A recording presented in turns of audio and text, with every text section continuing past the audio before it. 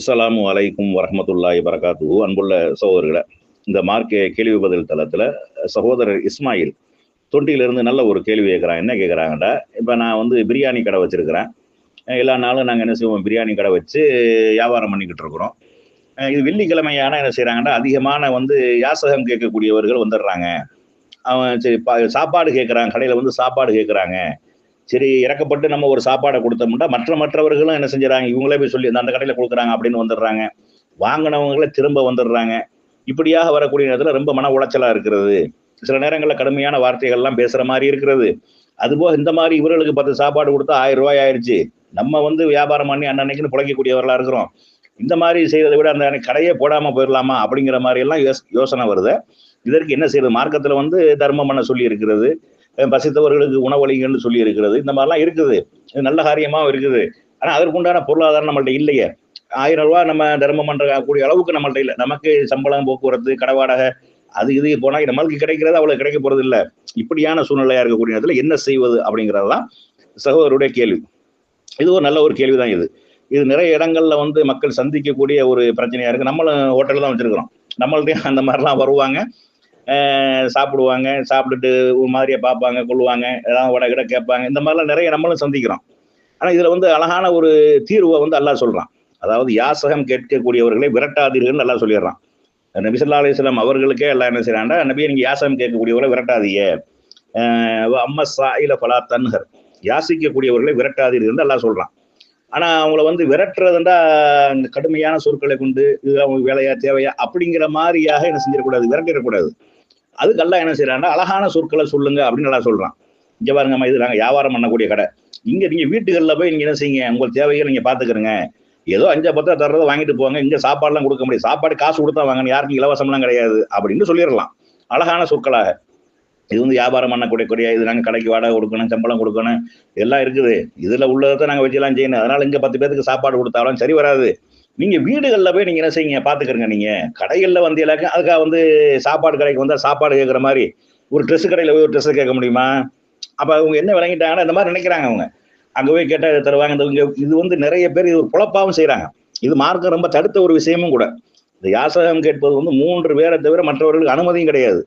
எவன் வந்து தேவைக்கு அதிகமாக சேர்க்க வேண்டும் என்பதற்காக யாசகம் கேட்கிறானோ அவன் நரகத்தினுடைய நெருப்பு கங்கை தான் என்ன செய்யறான், சம்பாதிக்கிறான் அப்படின்னு நபி ஸல்லல்லாஹு அலைஹி வஸல்லம் சொல்றாங்க. அது மாதிரி அளவுக்கு அதிகமாக யாசிக்கக்கூடியவர்கள் அவங்க வந்து மறுமை நாள்ல வந்து முகத்தில் சதையற்றவர்களாக வருவார்கள். இப்படி எல்லாம் மார்க்கம் சொல்லுது. அப்ப வந்து அதையும் தாண்டி என்ன செய்யறாங்கன்னு சில பேர் வந்துடுறாங்க, கேட்கறாங்க. கேட்கக்கூடிய இடத்துல அவர்களை வந்து கடும் சொற்களை சொல்லி விரட்டி விடாமல் அழகான சொற்களை உங்களால இயன்ற அளவு 5 10 கொடுங்க. அதுவும் இல்ல, கலாவுல காசும் இல்ல, ஜோப்பில் ஒண்ணும் இல்லை அப்படின்னா நீங்க வேற வீடை பாருங்கம்மா, அடுத்த வீட்டுக்கு போங்கம்மா, இன்னொரு நாளைக்கு வாங்கம்மா அப்படிங்கிற மாதிரி சொல்லிடலாம். சாப்பாடு கேட்டால் சாப்பாடுலாம் நீங்க வீட்டுகளில் பாத்துக்கிறங்க. வீட்டுகளில் சேர்த்து சமைப்பாங்க. இங்க வந்து வியாபாரத்துக்கு ஆர்டருக்காக சமைக்கக்கூடிய சாப்பாடு தான். இதை வச்சுதான் நாங்க பொழப்பு நடத்திக்கிட்டு இருக்கோம். இல்லாட்ட நாங்களும் உங்களோட சேர்ந்து வர மாதிரி போயிடும் அப்படிங்கிற மாதிரியாக அவர்களுக்கு சொன்னோம்னா கேட்டுக்கிடுவாங்க.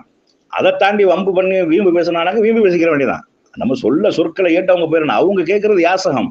நம்ம தர்மம் செய்யக்கூடிய நிலைமையில இருக்கிறோம். நம்ம சொல்ல கேட்டுக்கிட்டு அவங்க போயிடணுமே ஒழிய, இன்னும் சில பேர் அடாவடித்தனமாக சாப்பாடு தர மாட்டீங்களோ, கொடுக்க மாட்டேன் அப்படிலாம் கேட்கக்கூடியவங்க இருக்கிறாங்க. நம்ம வீட்டுல வந்து இருக்கிறதானே கொடுக்க முடியும். ஒரு 5 ரூபாய் கொடுத்தமாக்க இல்ல பத்தாவது 5 ரூபா அப்படின்னு தூக்கி போட்டுட்டு போகக்கூடியவங்களாம் இருக்கிறாங்க. அவர்கள்லாம் ஊருக்குள்ள விடவே கூடாது. அந்த மாதிரிலாம் தர்றதை வாங்கிட்டு போகணும், இல்லைன்னா வேற வீட்டுக்கு போயிடணும். அப்படித்தான் இருக்கணும். எல்லா வீட்லயும் வசதி இருக்காதுல்ல. இவங்களுக்கு வெளியில இருந்து வர்றவங்களுக்கு ஒவ்வொருத்தருடைய குடும்பத்துடைய சூழ்நிலை தெரியாது. அவங்க வீட்டுகள்ல நாளைக்கு இன்னைக்கு என்ன சாப்பாடு செய்யறதுன்னு வழி இல்லாம உட்காந்துருப்பாங்க. அங்க போய் 1க்கு 10 50 பேர் போய் நின்றாங்கன்னா அவங்க என்ன செய்வாங்க, அந்த மாதிரி இருக்கு. சில பேர் என்ன செய்யலாம், பூட்டி போட்டு போயிடுறாங்க. இப்ப நிறைய வீடுகள்ல வந்து வெளியில வந்து இந்த ஹாலிங் பெல் இருக்கா இல்லையா, அந்த பெல்லையே வைக்க மாட்டேங்கிறாங்க இவங்களுடைய தொந்தரவுனால. ஒவ்வொரு ஊர்களுக்கும் வந்து என்ன செய்யறாங்க, ஒரு குறிப்பிட்ட நாள்ல வர்றாங்க அவங்க தேவைக்கு வர்றாங்க, வயிற்ற கழுவுறாங்க, அவங்க சாப்பிடுறாங்க, கொள்றாங்க. அதுல பிரச்சனை இல்லை, அவங்க அப்படித்தான் பொழப்ப நடத்துறாங்க. ஆனா இல்லை என்று சொன்னாலோ அல்லது கொடுக்கறத வாங்கிட்டு போகணும், இல்லை என்று சொன்னா வேற வீட பாத்துக்கணும். இன்னொரு நாளைக்கு வாங்கம்மா அல்லது வேற வீட்டுக்கு போங்கம்மா என்று அழகான சொற்களை சொல்லி அவர்கள் என்ன செஞ்சிடலாம், போக சொல்லலாம். வியாபார கடைகள்ல வந்தாங்கன்னா நீ வீட்டுகள்ல பாத்துக்கிறீங்க. நீங்க உங்களுடைய உணவு தேவைகள் வீட்டுல சமைப்பாங்க, கூட குறைய சமைப்பாங்க, ஏழைகளும் வருவாங்க போவாங்க என்பதற்காகவும் சமைப்பாங்க. நீங்க வீட்டுகள்ல பார்த்து வியாபார கடையில எல்லாம் என்ன செய்யக்கூடாது, அந்த மாதிரிலாம் செய்யக்கூடாது அப்படின்னு நம்ம சொல்லிடலாம். அதை தாண்டி நம்மள்ட்ட சாப்பாடு இருக்குது கொடுக்கலாம் என்று மனது வந்து நீங்கள் கொடுத்தீர்களே நன்மை இருக்கிறது.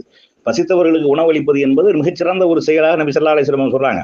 அதாவது இஸ்லாத்துல சிறந்த அமல் எதுன்னு சொல்லக்கூடிய நேரத்துல வந்து அறிந்தவர்களுக்கும் அறியாதவர்களுக்கும் சலாம் சொல்லுவது, பசித்தவர்களுக்கு உணவளிப்பது, அப்படிலாம் இருக்கிறது.